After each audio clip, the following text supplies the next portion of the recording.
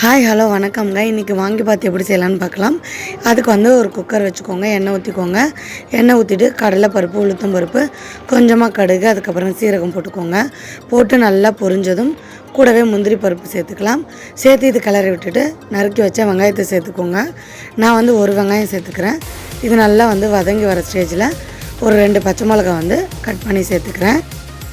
கூடவே நறுக்கி வச்ச ஒரு தக்காளி சேர்த்துக்கோங்க. அதிலே கொஞ்சமாக உப்பு போட்டு வதங்கிறதுக்கு கிளறி விட்டுடலாம்.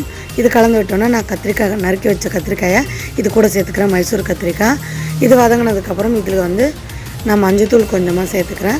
தேங்காய் துருவல் சேர்த்து கலந்து விட்டுட்டு வாங்கி பார்த்து பவுடர் மசாலா சேர்த்து கலந்து விட்டுடலாம். கலந்து விட்டு 1 கப் அரிசிக்கு 2 கப் அளவு தண்ணி சேர்த்து லாஸ்ட்டாக கருவேப்பிலை சேர்த்து குக்கர் மூடி வச்சிடலாம். இதுக்கு 2 விசில் வந்தோடனே நம்ம ஆஃப் பண்ணிடலாம். சூப்பரான வாங்கி பாத் ரெடி ஆகிடும்.